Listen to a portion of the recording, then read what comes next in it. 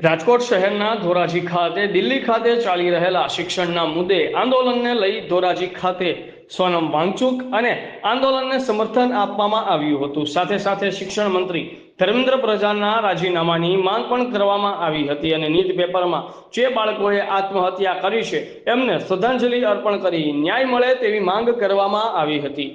Reporter વિશાલભાઈ વડિયાતર, આઝાદ media live, Dhoraji.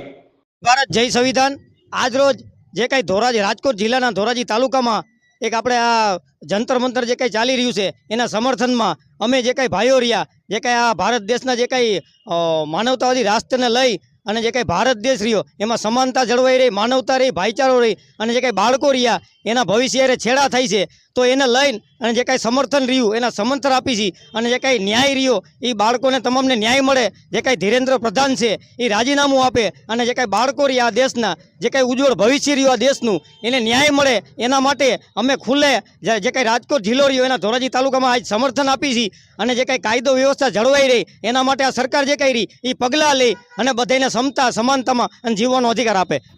જય ભારત, જય સંવિધાન।